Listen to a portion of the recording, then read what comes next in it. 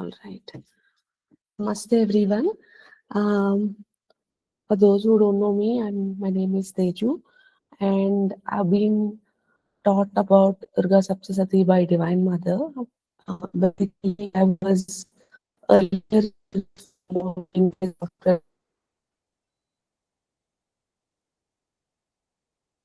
profession, I still work for a company and entrepreneur kind. But then a lot of things went away from my life, and put into this path. So all my projects, everything halted for no reason. And suddenly I was handed over this book from Krishna, which is on Durga Saptasati. I didn't know the Durga Saptasati at that time. I was prayers. Um, but then I used to, whenever I used to go to temples and I used to hear to the voices of divine and all of that, then slowly, I could understand that a long story short, that this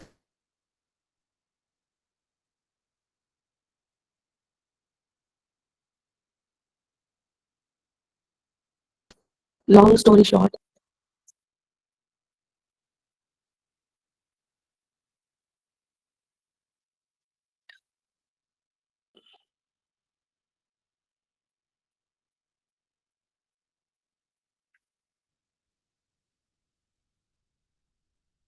yeah.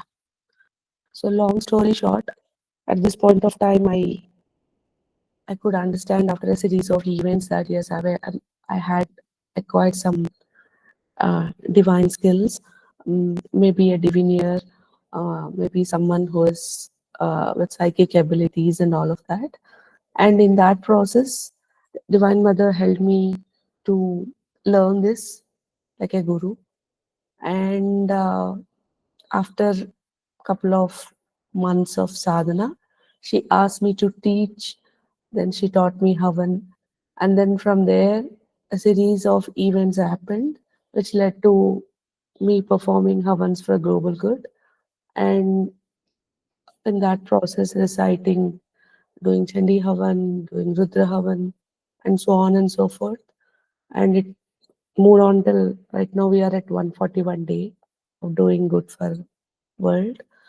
Basically, the premises we operate is in the mission of even just not us, but even in the coming future generations, everyone should follow Divine Mother when they have problems, when they have concerns, they should look up to Durga Ma, Lord Shiva, not just like drugs um, or vaping or any of those unhealthy habits, but getting into source gods and trying to bestow upon them and then get relief from their karmic problems. So this is the premises with which the Havans for Global Good, or right now why am I teaching Saptasati to people, or even the Lord Shiva's things.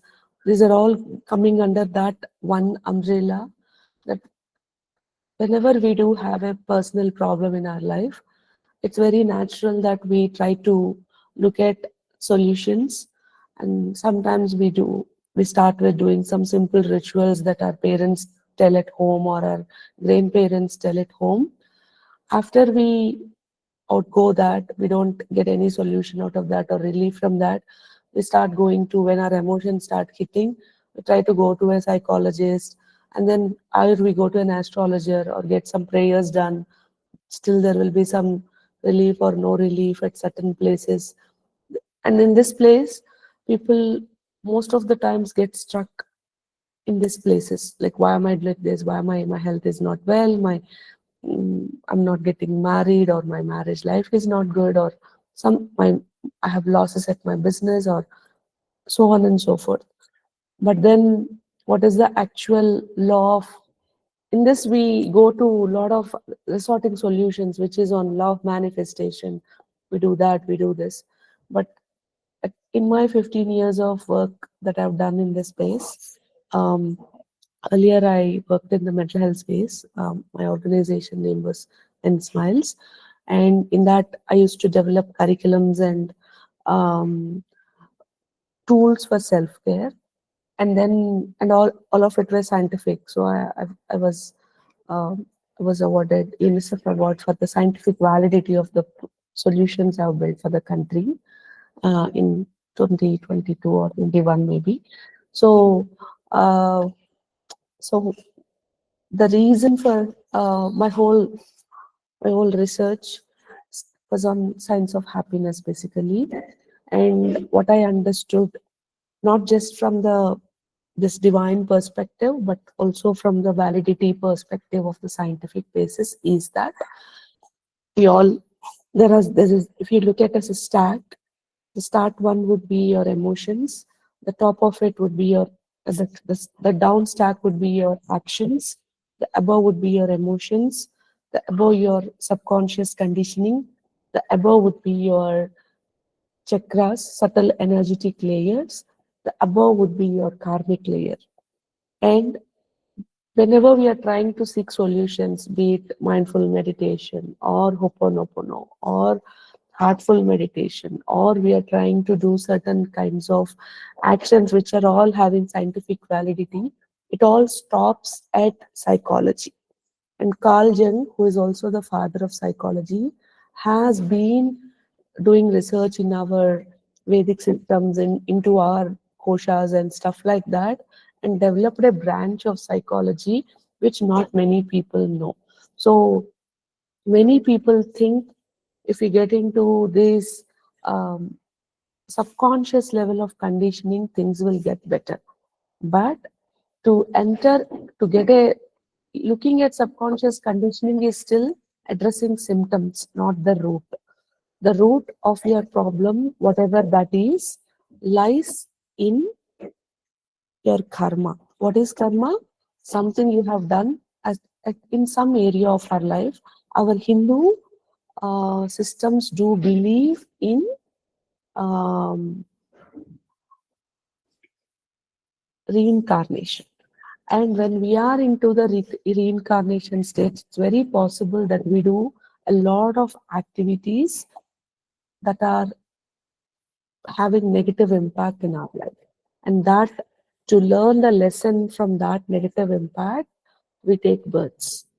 And there are three stains in our life. One is the karmic stain, another stain, and Maya stain. The Maya stain, these are the ways the subconscious emerges, and from their actions, however, whatever your concern that you're currently dealing with, are all come under this kind of premises. And at this point of time, when when we have this Maya stain, when we have our karmic stain, which are very easy when you do good deeds, when you pray, when you do certain meditation and stuff like that. These two stains get away, but the another stain can only get cleared from divine grace. So when divine grace is not there, whatever you do, whatever you act, finally will end up in having relief for certain time but having problem later. It's like continuous. The problem doesn't go away. It goes, you do something, it comes back again. You do something, it goes again, it comes back. This recurring pattern is a sign that we need to achieve divine grace for us to get away from our any kind of a problem, even if it is spiritual growth. And to get to that spiritual growth, one of the ways, one of the vidyas that are very considered to be very pious, effective, and also the biggest sadhana in our Hindu scriptures is Durga Saptasati. So why are we reciting Durga Saptasati today? Either to get relief from our current problem or to um, build our spiritual strength. In some of the people enter into these classes because they've been guided. They get visions of Durga Ma. They get the book in their hand, and they don't know how, but they just that book comes into their hand, or they are called upon. They get this intuition or a calling or some kind of messages that I have to learn this vidya. And others are pulled into it because they tried a lot. Somebody would have told, try this, and then they enter into this Saptasati Parayana. But what I want to tell every one of you is it is not easy to enter into these spaces, and it is not easy to sustain also without bringing ample amount of willpower into this mix. Why? The problem that you are going through is not a result of one time occurrence. You have done something, you have not learned a lesson. Again, in the next incarnation of life, we go through the same. Then still we have not learned the lesson. So, in this series of not learning the lesson, with every iteration, the problem gets so high that there is a feeling of choke in me that I can't move away. I can't, there is no way I can escape. I just have to focus on that problem.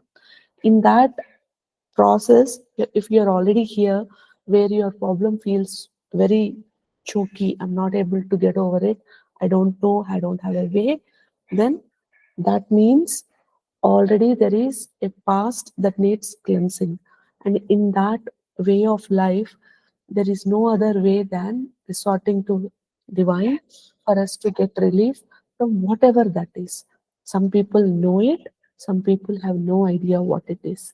The people who know it, their Maya, because of their good karma, which is in the form of helping, being selfless, doing divine seva in whatever form, doing other mantras, other pujas at temples, visiting very high energetic shrines and pilgrim centers, Shakti Pitas, in virtue of your ancestors' good karma passed upon to you in a little bit, whatever form. I would want to emphasize this fact that no prayer is ineffective. It, you have done this much karma. So when you go to temples, maybe it builds upon it. And the whole cumulative effect of it is leading you into another person or a sadhana that can help you resolve your problem once for all. So whenever you go to temple and you say my problem has not gotten resolved, I didn't get a job, my health has not gotten better, my this thing has not gotten better, this has not gotten better. So it is not gotten better for a reason. Why? That is the amount of work you have to do to help you get over that particular area in your. It is a deep scar that needs spotlight focus. So this Durga Saptasati is one of those particular sadhana method that can help you acquire anavamala, which is not possible without sadhana. You have to do put in those many hours. You have to put in those, like it's very similar to each one of us going through those 12th grade exams, and if you have to get into IIT or such kind of a high pedigree colleges, there is a kind of effort, time, and energy spent towards getting there. So it's the same kind of a grind in a spiritual analogy, which will help you to pass that bridge that you have got struck into, maybe in this life or in many lives later, earlier. And in this process, if you are being led here in any which way, I would want to really say that the sadhana itself is not easy. You will be tested. You will be um, you will be challenged in every day of the, even it's 14 days. Right now we have those many people. Look at how many turned up. So it it requires that kind of willpower, determination, commitment, not for me or to Divine Mother, but for your own self. Because this is your karma, and this is a way that can help clear that karma. And if you can't be accountable for your own life, nobody else can. So it's something that you have to do. And when you do, you cross that path very empoweringly. So whatever happens, I would want you to request Divine Mother. Here, in this 14-day class or whatever days the mother asks us to take, one thing you need to bring to the table is the erasing of I. Please try to surrender to divine, saying, Amma, I want to do this sadhana. I want to learn this sadhana. Please give me permission. Please help me to be regular to these classes. Not that it is not available on the internet, not that it is, I'm trying to teach something which is, yeah, there's a lot of things I do teach which is very novel, but um, it's a commitment that you're doing for yourself, not for me. Right? So please seek permission from Divine Mother every single day before going to bed. If you are in this side of the country, if you are on the other side of the country, because it's your evening, please pray to Divine Mother that, Amma, please give me permission that my evening gets freer, no obstacle happens, so that I will at least learn this 14 days, and after that, in my own capacity, I will do your seva. So this is not a one-time class. This is not a one-time activity. You need to perform or do this sadhana for a stipulated number of times. For most of the times, we say 42 days.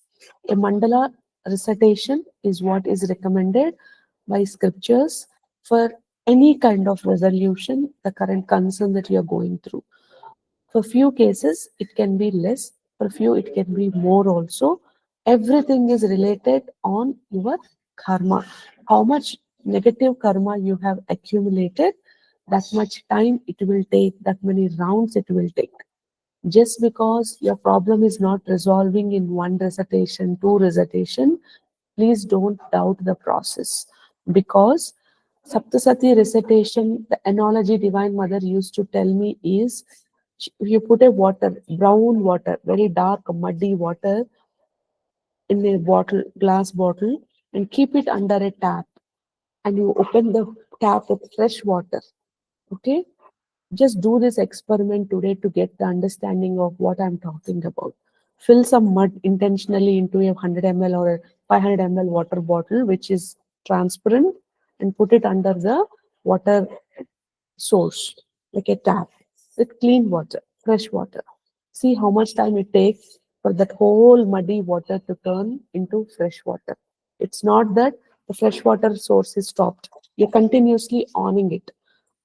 Still, it takes amount of time for this whole brown water to overflow and go out of the bottle and get filled with the new fresh water. It's the same with you. Today, your vessel, human vessel, believe it or not, is muddy with the negative karma. I'm not telling you are muddy, but in that particular area which needs attention, focus, there is a, a lurk in it. You need to work on it. So it's take it as very, very dark, muddy brown. Okay, very similar to this Balu Reddy Babu's brown color. You know that color brown. I don't know if it's the same color that you are seeing, but for me, this person who's doing Surya Namaskar, the the tile is brown color. You know, imagine your today's karma is in this brown color. Okay, and it will take some amount of time to get into the dark brown to light brown to very, very little brown and then white. And then in that white also creamy white, slowly, slowly, slowly getting to pure white. And when it comes to pure white, automatically the problem goes up. This is number one aspect I want you to learn about. Second thing, the Saptasati that we are learning is channeled by me. It took a year for me to learn this because she told, I like nine number. There are Navaratris, Angas. There are nine Durgas. So nine is a favorite number of mine. So I want you to write Saptasati with Angas. Again, doing some corrections also. So all of the material that I'm giving you is being channeled to a large extent on what was. It's not that these prayers are unexistent, they're all rare, but they have a lot of spell mistakes, corrections, and all of that. So I have to sit with mother to fill in each element and get to the current booklet that I'm providing to you, which is mostly focused on taking away Couple of aspects. One, the Saptasati today you are reciting address directly your karma, because we are into karma nivritti runa vimochana segment. So what is runa vimochana? A karmic debt that you have created with a person, with people, with group, because of which you're continuously attached or linked to that group, person, activity, circumstance on a repeat basis. It could be in your health, money, or your relationships, or things not happening as you want, or things not able to understand, but you end up doing certain things with no control of yours. This is karma. There is a karma which you have done a promise, you have done a vow, you have done a contract with that person, people, group, or your own self, that I would do so, I would not do so. I don't want so, I want so. Because of that, today you what you call your persona is built. And inside of it, it requires correction, because that's that life, that's over. But you're carry forwarding something that's not to be carried forwarded.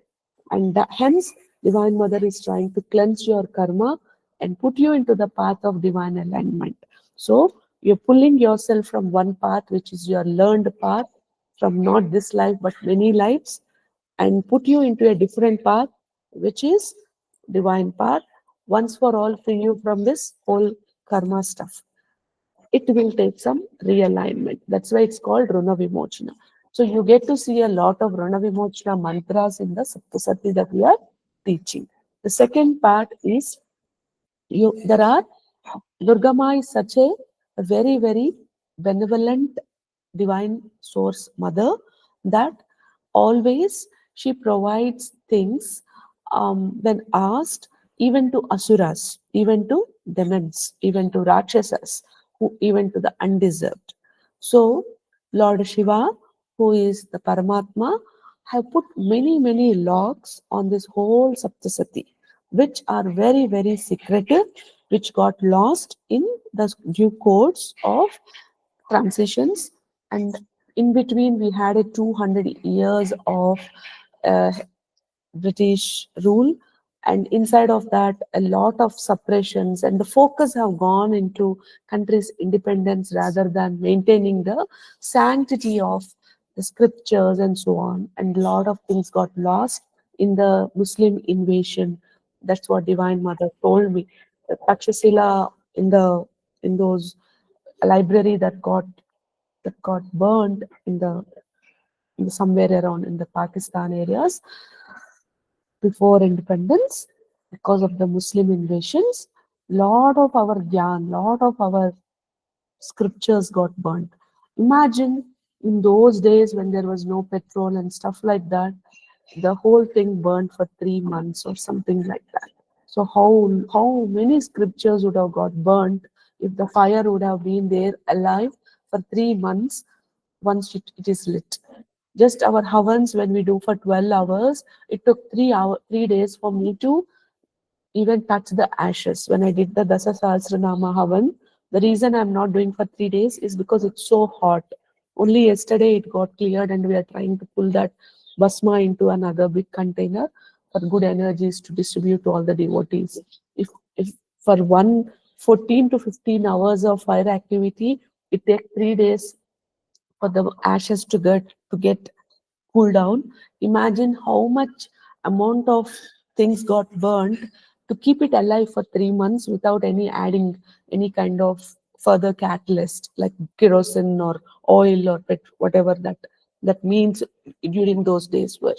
So it is that kind of knowledge got burnt, and one of the things that got burnt is these secretive mantras that we are trying to give you, which it took year for me go here, there, everywhere, and refer so many books uh, and deep, deep Sanskrit literature where there is no English Telugu translation. Go to BHU University in Banaras and going to multiple uh, uh, booklets which are only in Sanskrit and make it a translation, check for the, and so on and so forth. It took a long hours. That's why I'm telling it's not a one day activity. And after that, it got vetted by Divine Mother for again proofreading, corrections, and so on. And that's how this book has come from to existence, which I'm so grateful for that whole year effort, meeting so many learned and but even I met a lot of people, but they didn't have knowledge about Saptasati. All they had was about Sri Vidya, because it's a, in the due course, Lalitamma and her whole documentation got strengthened because of Adi Shankaracharya, but not on um, Chandi Mata, Durga Mata. So it took long hours for me to restore certain things, which I think I done a decent job by divine grace. And if it is work in progress, I'll be working in the further also. That is the booklet I'll be providing in English for those who are very well versed with reading in English. For those who don't know reading, I've written it in Telugu and translated into English. So both the copies I will provide, whatever language you're comfortable. Please go ahead and recite it. And the other thing I would want you all to please understand is um, this is something which we are trying to preserve our culture. So I would really request all of you to show up in traditional attire as much as possible. Keep your screens on. It's not it's not very a good practice to do some other chores and keep this as a background activity. When you don't give Divine Mother as your number one priority, problems get more harder for you.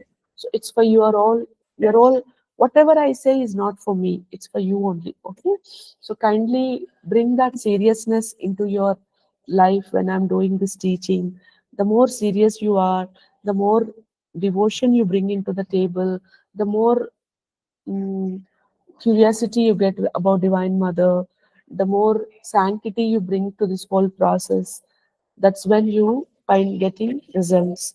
And even though you start this activity with divine, I want some result because of this I'm doing. Eventually, you will find Divine Mother is such a loving force, such a loving, compassionate mother that you totally fall in love with her, and you end up doing this seva of hers for no reason, just because you want to do it. You'll get into those states very quickly. But till then, allow yourself to soak into her karuna, her compassion, her grace, the fierceness with which she works for us. She combats for our own good. The kind of commitment she has for us is unmatchable. And in this Kali Yuga, it's been written in many scriptures that the most people who get result would be people who have Chandi sadhana, because changing times, changing situations required fierce energies. The another thing I would want to emphasize is, yes, one is time. When I show commitment, I expect time commitment from you also. So from tomorrow, please be on time. It is a very shameful thing to tell to be on time, even to these kind of pious classes. But if that is so, that is so. I would not allow anybody sharp after 7:05 from tomorrow, because this requires commitment. This requires self-discipline. This requires willpower, and most importantly, this is something which Divine Mother have told me personally.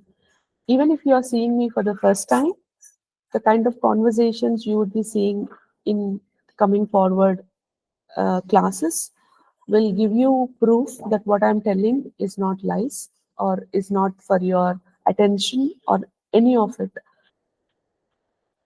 I've been pulled into this whole systems for a reason, and one that and the only reason is most of you who attend my classes or whoever are there on my channel are all divine souls.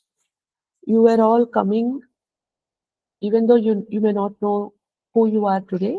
It's an inherent need of a human being to understand who am I? Who am I? What is the reason for my birth? Why am I here on this earth? To answer it very briefly, what I've been told is I'm a very secretive sadhak. Almost for 3 4 years, I've been not exposed to the world. I've been my whole day starts with prayers and with prayers. I've been cut off from the world for a large extent. and I've been put on rigorous prayers, many thousands of chantings, Mula Mantra chantings, or other Varahi Mata chanting, Rajamatangi Mata chanting. Slowly, I've been pulled up to build my energies to enter into these spaces. It all took very close to 3 years to see me even like this, talking to people, been cut off from the world. And the only reason I've been now pulled up and been asked to do these discourses or classes is not definitely for your Guru Dakshina. I would want to underline it because if that is the case, I would not allow many people who have not even paid a penny to enter into these classes, you be here or in the recording. So it's under one premises, which is you're all, according to Divine Mother, come from. There are four ways you will meet me. One, your birth reason is either you are from Avaranas of Divine Mother, meaning Avarana means the house where Divine Mother stays. So in the enclosures of Manipura, Manidvipa, you might be coming from the AMSAs, administrative staff of Divine Mother or Divine Mother herself, in the Saptamatrikas, or these all the divine entities that are there in her avaranas. You will meet me. Second, you are part of Shiva Ganas, okay, Lord Shiva and their avarana devatas. You will meet me. You are part of heavenly realm. You will meet me. Fourth, you are cursed, been a seer, and you've been cursed by, I mean, all of it is curses, either curses or to learn lessons when you are in the Devata form. But if because of your entry into this human realm, you were all forgotten. Maya has played a role, and you have forgotten the source of where you have come from. And because of that, your Avirbhavan is at a very pious level, but over a period of time, you moved into lives which has gotten into materialism, where you are today gripped by attachments that are not leaving you to go back into your Devata Swarupas. And only these people will enter these classes because time has come for you to go back to your divine roles, so that with the changing times, with a lot of adharma happening around, this whole people who are all come and are here in this earth trapped because of curses, not able to learn lessons. The only way you all go back into your mother, father places, or to your rishi in the moksha planes. One plane is for the seers. Okay, like there are multiple lokas, 14 lokalu ఉంటాయి కదండి, 14 lokas you do have. In this lokas, one loka is dedicated for seer planes. So you will go back to that plane once you get to moksha. Will that happen in this life? I would not. It depends on your sadhana. I am a catalyst. I can bring you to the hearts. I can't make you drink. So if you commit your life for this sadhana, not for as a 14-day class, but to the eternity till you keep doing, definitely you will reach there in your planes one or the other day. But at this point, you might be gripped by attachments that humans get relumed, like my health, my money, my job, my existence, my survival, my marriage, my I don't know what's happening with my life at this point of time, and so on and so forth. You want quick results. But this is a very small reason why you are here to learn this curriculum or this program or this whole Brahma Vidya. Why is it called Brahma Vidya? Because it is equated to Sri Vidya. So the people who do this need not learn Sri Vidya at all. So what all things you do while you're doing Sri Vidya, like you will do 1 lakh of Ganapati sadhana. After that, you will be put under again Bala, again Mantram, again you will be put under other mantras, and eventually you will get to the Bala Tripura Sundari sadhana. Same way, this Durga Saptasati is equated to Brahma Vidya, which is on par with Sri Vidya, because Lalitamma, Durgamma are nobody but other sides of the coin. Lalitamma is a very gentle energy, gentle force who help you, because she, she the people who are Lalitamma devotees need not be needing fierce energies to fight on your behalf. Simple logic. The problems that today you are clutched requires Durgamma's fierce energy to cut all those connections, cords, or whatever are the karma that you gotten yourself into and go back to your thing. So today what you need is fierce energies. So all the sadhana that you have done through being good deeds, you get karma yoga, meaning selfless service. Then you can find me. Or you have done multiple years of sadhana, different mantras, you are put here. So either ways, whatever you have done has led into Divine Mother selecting you and saying, yes, whatever you have done so far have resulted in good thing, that you are now given this permission to take up this Vidya. From here, I would request each one of you not to think this program like any other classes and bring seriousness, not for me. 100% it's not for me, only for you. The more you bring dedication, the more you do sadhana, I will teach what Mother taught me very authentically. From there onwards, don't think this is just 14 days program. Dedicate your life 1 hour a day. I am a very progressive guru. I am not a person who says do for 6 hours, 7 hours like the way I do. I am doing on your behalf. Okay, that is the reason I do Havans for Global Good. That is done. Vidyama, please sit at one place. I have head reeling if you keep rotating everywhere.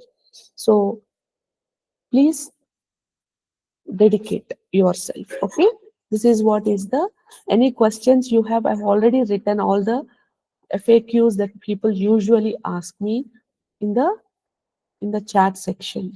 On top of it, do you have no problem? Do you have any other question that you want me to answer before I talk about what is Saptasati as a brief introduction? At least the new students like Navdeep Ma, Valreddy Ma, Shravan Babu, Malini Amma, Mallikarjun Babu. These are all the new people whom I'm seeing you for the first time. So do you have any questions? Did the context help you to understand what you are, where is the program you gotten into? Okay, Babu. Okay, ma. Should I speak now about what is Saptasati? So, Durga Saptasati is a, a pious 700 set of mantras, and usually the same Durga Saptasati is called Devi Mahatmyam or Chandi Part in different parts of India. There's a lot of traditions in it. There is a Maithili version, there is a Pali version, there is a Bengal version, and there is South Indian version. There are 4 versions people do follow across. There is another Kashmiri version also people say. When I went to Kashmir, I really searched in libraries to get that version, but I could not. When I go to again Kashmir, I would definitely try to understand that version also, just to understand what's the difference between each of the teachings. And essentially, it all comes from Markandeya Rishi. And all these are, the root is Markandeya Purana, which is one of the Ashtadasa Mahapuranas. And when you say Chandipad or Chandi, it also is coming to referring to the same Divine Mother, Durga Ma. She is called Bhagavati, Amba, Ambalika, Jaganmata, Jagadamba. All the names refer to her. Also called Mahamaya, refers to her. So multiple places people lovingly call her with these many names. This Devi Mahatmyam has 700 verses. That is why it is called Saptashati, 700 verses, which is broken into 13 chapters, structured essentially in three main charitrams, which is called Pradama Charitram, Madhyama Charitram, Uttara Charitram. Three charitras comprising 700 slokas, which are actually mantras.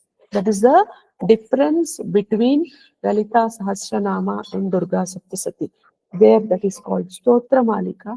This is mantra. Each line itself has lot of power in it. If you recite the way it is being taught in Markandeya Purana. There is a lot of different versions that has come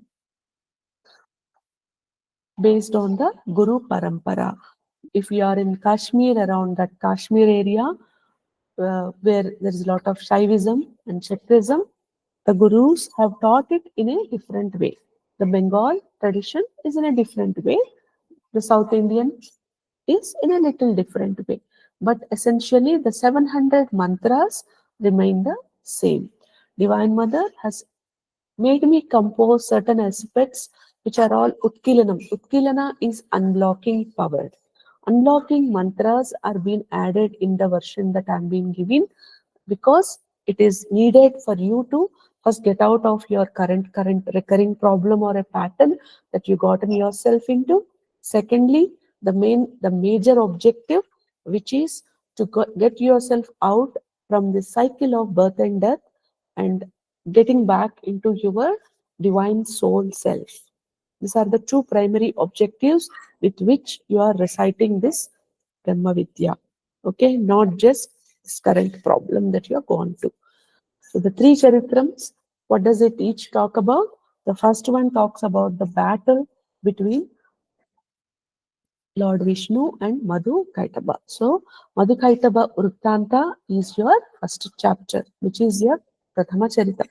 The second is chapter 2 to 4, which is called Madhyama Charitam, which is defeat of Mahishasura by Mahishasura Mardini.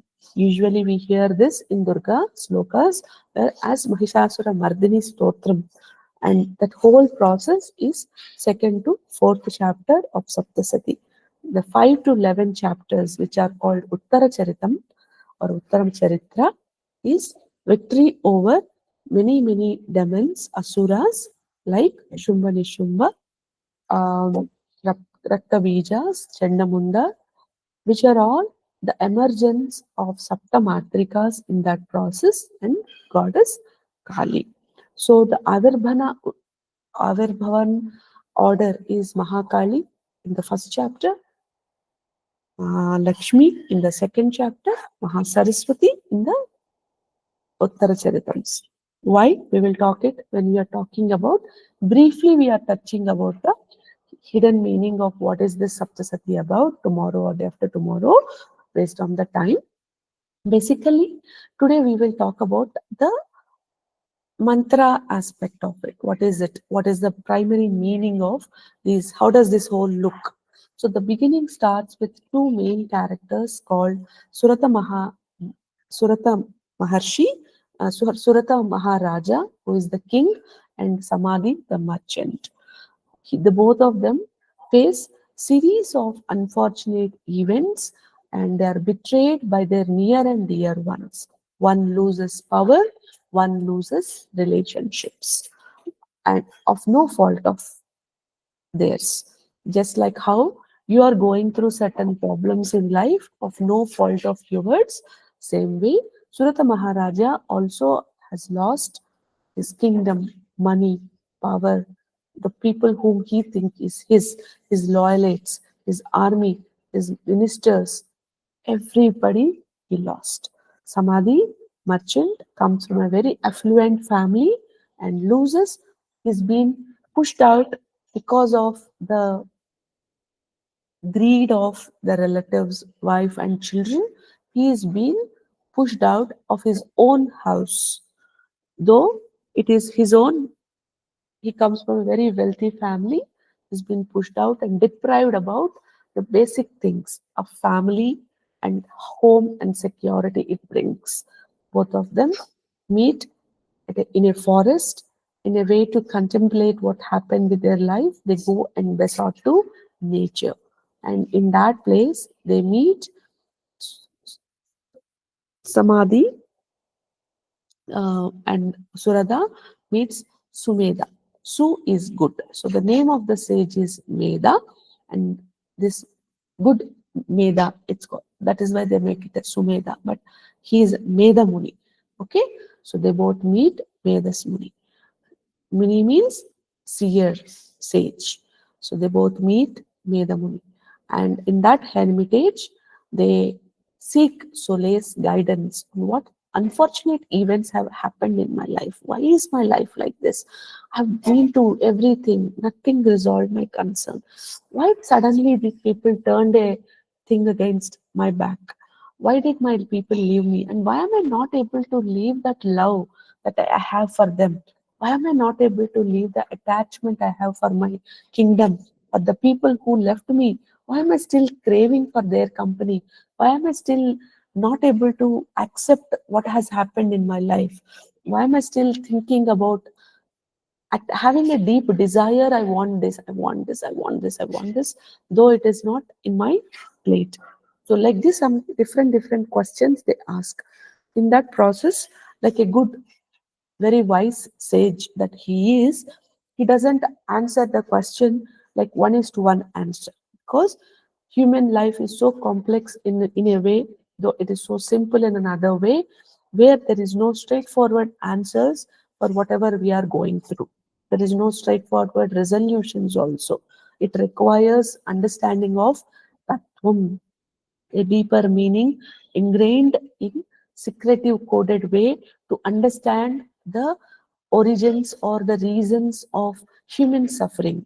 So giving an answer one is to one diminishes the whole essence of human and its suffering from a global perspective, from a bigger perspective, from the divine angle. So sage explains that their problems are all controlled not by you.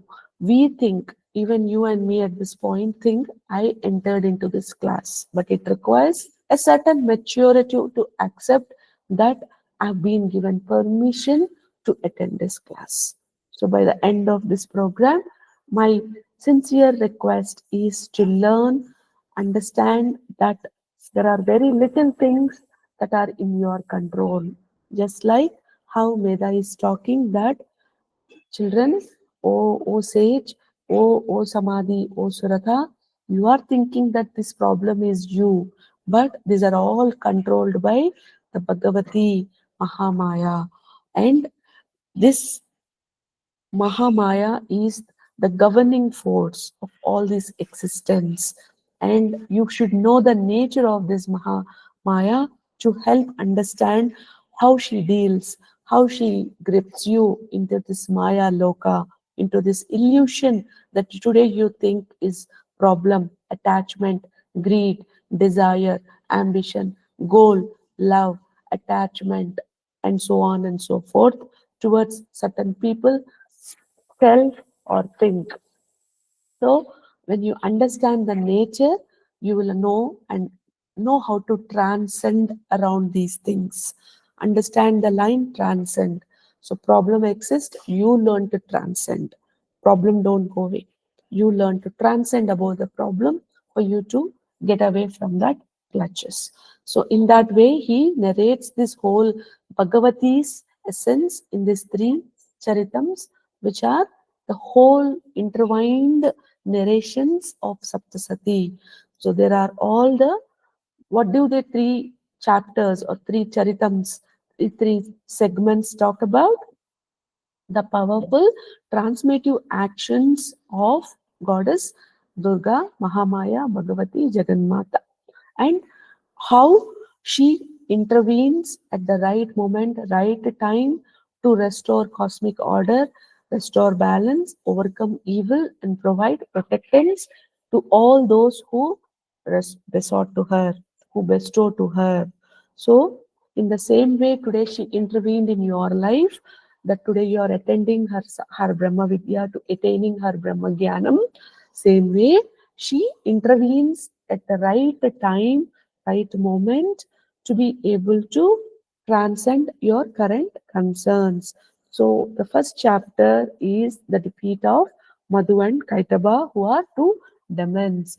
It is when our great God, Lord Narayana, after the Yuganta, um, the last night, like after the Kala Ratri, and when the dissolution of this whole world appears, in that dark night, after the dark night, Kala Ratri, we say, he goes into a deep slumber, yogic slumber, to preserve, nurture, protect, to get that energy to preserve all the existence in this whole universe in all forms. And when he is in that yogic slumber, which is deep sleep, yoga nidra, two demons get created from the wax of Lord Narayana. Yes, they are called Madhu and Kaitabha. Because of the Mahamaya's trap, they get into, just after their birth, they get trapped into the ambition of conquering the whole world. And the Lord Brahma's Satyaloka. And the moment Lord Brahma sees him through his yogic Divya Drishti, he understands, oh, just born wanting to take over Brahma Loka and all the lokas, and this is Mahamaya at play. But Lord Vishnu can remove and solve this problem because he is born from the Nabi, from the navel of Lord Narayana comes, emerges Lord Brahma. So he tells, oh, I want to get protection from these two asuras who's trying to take over me, but Lord is in the Yoga Nidra, not being disturbed. So I have to, the only way Sriman Narayana wakes up is when the Mahamaya allows. So let me pray to Mahamaya, who is sleeping in the form of Nidra in the eyes, between the eyes of Sriman Narayana. So he starts praising Bhagavati, Mahamaya, Mahakali, who is who is reciting in the eyebrows of Lord Narayana. Responding to that prayers, responding to that devotion of Lord Brahma, Mahakali manifested from Mahamaya, manifested as Mahakali in her 10 hands, 10 arms, 10 legs, comes out in a dark complexion with a white pointed teeth, having lot of tools like arrows, sword, mace, trident, disc, conch, shell, a bow, a noose, and a blood gripping chopped head. Okay, Treta. In her hand, and Mahakali comes out of the Sriman Narayana's uh, between the eyebrows from the Agnya Chakra, free from and frees in this process him from that deep sleep. The moment Lord Narayana wakes up, he sees Madhu and Kaitabha in front of him, trying to conquer the whole world. And the same Mahamaya who gives ambition to Lord these two asuras now traps, makes them more Maya by telling them you can fight Lord Narayana, you can easily defeat him. So they all get trapped into this Maya, and they both lose that wisdom, that they won't understand that two small beings that has emerged from Sriman Narayan's ears as wax, dhuli, are they powerful enough to fight Lord Narayana? So that is the Maya. We think we are so big enough to conquer the world. We can do everything. It is me, I can do, I can do. So they also think like that only, that I can fight, I can win over Narayana because we are so powerful. I am very intelligent, I'm so wise, I know everything. I come from this place, I passed out from this college, I'm earning this much. This is what is my parents, this is what I am. So I can do. Same way, these people also thought Madhu and Kaitabha. And they fight for, it said 5,000 years. And again, trapped by the more Maya, says they have the audacity to say to Narayana, "Oh, you fought so well. Let me give you a boon. I ask what you want." And Narayana, because he is Narayana, not gripped by the Mahamaya's Maya force anymore, says, "I want a boon to be killed. I want to kill you." And then these people see there is lot of darkness, no 1 ounce of earth. They all are fighting in the air. So they say, all right, you can definitely kill me if there is a land. There is some place where you can place us, then you can kill us. Then Lord Narayana raises his body to a level, puts him like how he kills Narsimha Avatar. In the Narsimha Avatar, how he kills Hiranyakasa, like that only. He puts him on his chest, and with his Sudarshana Chakra beheads them, and thus protecting Lord Brahma and the entire world from the clutches of Madhu and Kaitabha. This is the first manifestation of Jagannatha in her very, very revered Mahakali Avataram. This is what is the first charitra, is called the first charitra in our Saptasati. At an outward glance, it all looks like people are fighting with each other. There's a lot of asuras, bloodshed. There is this person is coming. Divine Mother fought like this. She used this tool, this weapon, this kind of force, this kind of angry, this kind of hunkaras. With hunkara is that the sounds that she emits out of anger. She drinks wine and she gets more angry and goes again strong-headedly fighting with the people. This is how the whole narration looks when you go into seeing the word-to-word meaning of Durga Saptasati. But if you go into the one more level, this is, as I said, Brahma Vidya. Why? Bhagavad Gita, once you recite, the flavor gets better. You get to know the deeper meaning. Same way, Saptasati works in layers. The first time you recite, you will only see each people fighting like this, lot of bloodshed. And what is this I am reciting? He is telling that this is a Brahma Vidya, Brahma Jnana, and if I am going to see the meaning of each sloka, all is only fighting, fighting, fighting. Very common to think like this.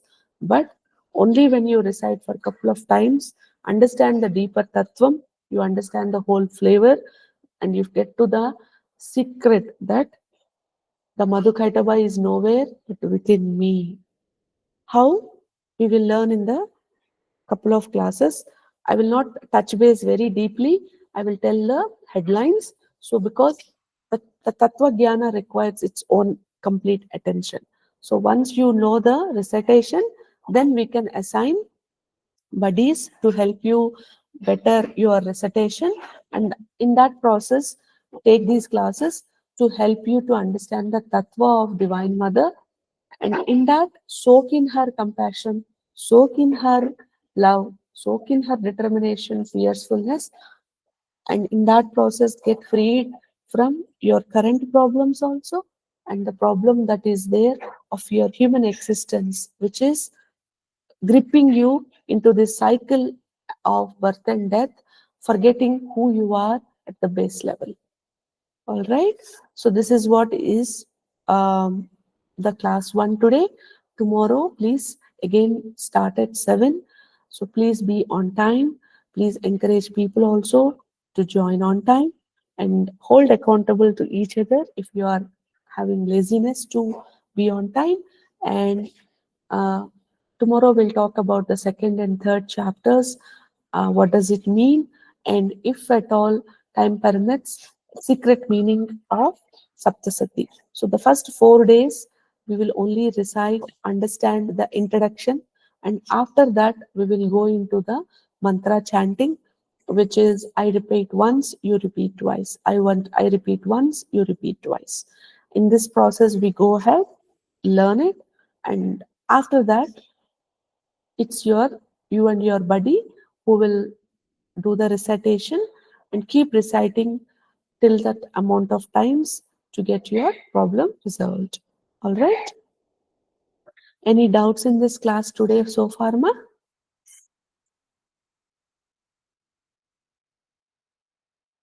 Okay, so very fortunately, after the moment you end your classes, we will be doing Rudra Chandi Havan. So it will be a very good way to catch up. So maybe during weekends or whenever you have time, keep participating to some chapters, like every day, few chapters or once few chapters, so that you know how to do Chandi Havan by yourself. Eventually, when the time is right, we'll do a whole thing at your home. And after some, when the permission we acquire, we will also learn how to do Chandi Havan entirely by yourself at your home. And in that process, get deepened into this Tattvam, her love, her compassion, and her sadhana. Okay? Sarvam Sri Jagadambarpanamastu. Tomorrow we will meet again. All right?